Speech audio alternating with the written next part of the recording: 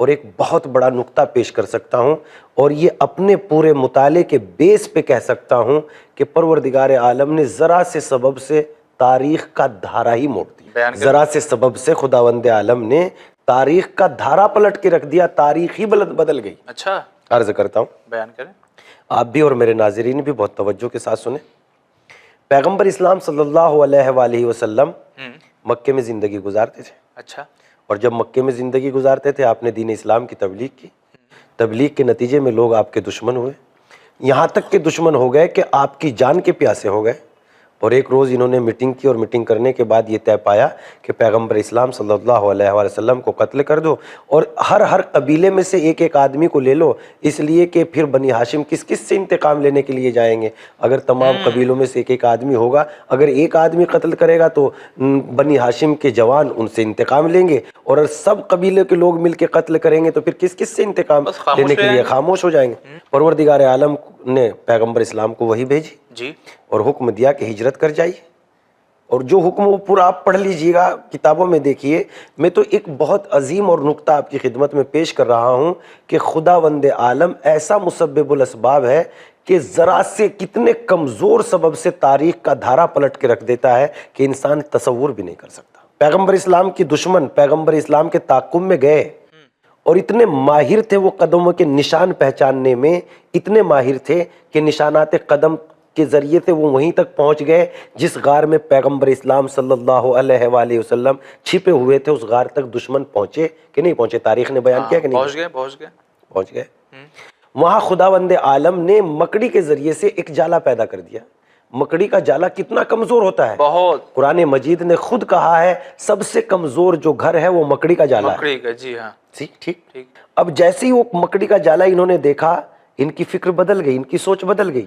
یہ آئے تھے پیغمبر اسلام کو ڈھونڈنے کے لیے، مکڑی کا جالا دیکھنے کے بعد کہنے لگے یہاں اگر کوئی آدمی اندر جاتا تو یہ مکڑی کا جالا تو ضرور ٹوٹتا، اور اس مکڑی کے جالے کتنا کمزور سبب ہے، اس سبب کی وجہ سے ان کی فکر بدل گئی۔ فکر بدل گئی تو تاریخ کا نیا باب قائم ہو گیا۔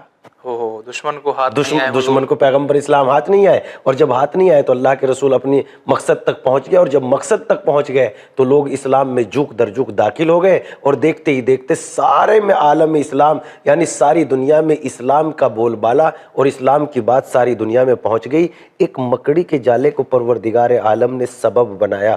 جب پروردگار عالم نے ایک مکڑی کے جالے کو سبب بنایا، اور وہ مکڑی کے جالے کے ذریعے سے جب اپنے نبی کی حفاظت کر سکتا ہے تو خداوند عالم کیا انسانوں کو رزق نہیں دے سکتا؟ کس وجہ سے انسان مثلا پریشانیوں میں مبتلا ہے؟ اے کاش کہ انسان کو یہ یقین ہو جائے کہ جو اللہ نے معین کیا ہے اس کو کوئی چھین نہیں سکتا، اور جب اللہ ہی روک لے گا تو کوئی دے بھی نہیں سکتا۔ آپ کی خدمت میں جو لمبی امیدیں اور اس طریقے کے لوگ ہوتے ہیں وہ اپنے آپ میں مثلا حرام کے ذریعے، باطل کے ذریعے، غلط کے ذریعے بہت جلدی اس کے علاوہ ہم نے تو دو تین ایسے لوگوں کو دیکھا ہے جو امیدیں وابستہ چونکہ زیادہ تھی کہ ہمیں یہ مال مل جائے، ہمیں یہ بزنس اچھا ہو جائے، امیدیں پوری نہیں ہوئی لہذا پاگل ہو گئے۔ ظاہر سی بات ہے انسان کا سب سے زیادہ اثر اس کے دماغ پہ پڑتا ہے ان چیزوں سے۔ میں آپ کی خدمت میں عرض کرتا ہوں کہ جب انسان بہت جلدی امیدیں اپنی بر لانا چاہتا ہے تو حرام حلال کو تو دیکھتا نہیں۔ بالکل صحیح کہہ رہے ہیں۔ اور اس صورت میں وہ اپنا کتنا بڑا نقصان کر لیتا ہے، یہاں تک کہ وہ حلال کو بھی حرام بنا لیتا ہے۔ جیسے آپ کی خدمت میں عرض کرتا ہوں، تاریخ کی چھوٹی بڑی بہت ساری کتابوں میں نے خود قلب سلیم، ایک آیت اللہ دست غائب شیرازی کی قلب سلیم ایک کتاب ہے، بہت اچھی کتاب ہے، میں نے یہ واقعہ اس میں درج ہے، میں نے اسی کتاب سے یہ واقعہ پڑھا ہے۔ اچھا، کون سا؟ کہ امام علی علیہ السلام ایک جگہ سے گزر رہے تھے، نماز کا وقت ہو گیا، یا امام مسجد میں 2 رکعت نماز پڑھنے کے لیے گئے، نماز پڑھنے کے لیے گئے، یہ طے۔ ٹھیک۔ ان کے پاس جو سواری تھی، کھچر تھا، گھوڑا تھا، جو بھی تھا، امام نے یہ مثلاً کہ یہ جانور ہے کہیں بھاگ نہ جائے، ایک انسان سے کہا کہ بھائی میرا یہ جانور آپ سنبھال لیجئے، اتنی دیر تک میں نماز پڑھ کے واپس آتا ہوں، اتنی دیر کے لیے میرا یہ جانور آپ سنبھال لیجئے۔ ٹھیک ہے۔ اس انسان نے اس جانور کو سنبھال لیا، امام مسجد میں چلے گئے، نماز ادا کی۔ نماز ادا کر کے واپس آ رہے تھے تو امام نے اپنے دل میں یہ طے کیا کہ میں اس انسان سے چونکہ میں نے کام لیا ہے، میں اس کو 2 درہم اس کی اجرت کے طور پر ضرور دوں گا۔ اچھا۔ جیسے ہی وہ اپنی سواری کے پاس آئے تو دیکھا جانور تو موجود ہیں مگر جانور کی لجام یعنی گھوڑے کی لجام موجود نہیں ہے.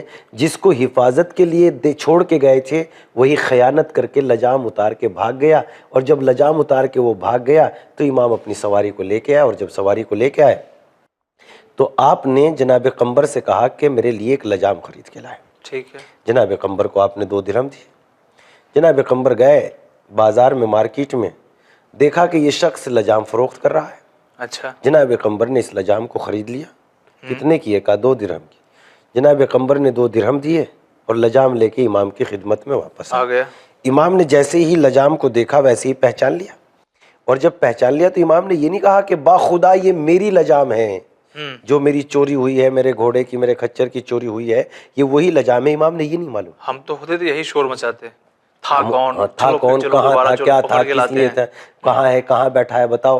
لیکن امام نے یہ نہیں پوچھا کہ یہ نہیں کہا کہ یہ وہی لجام ہے. جی.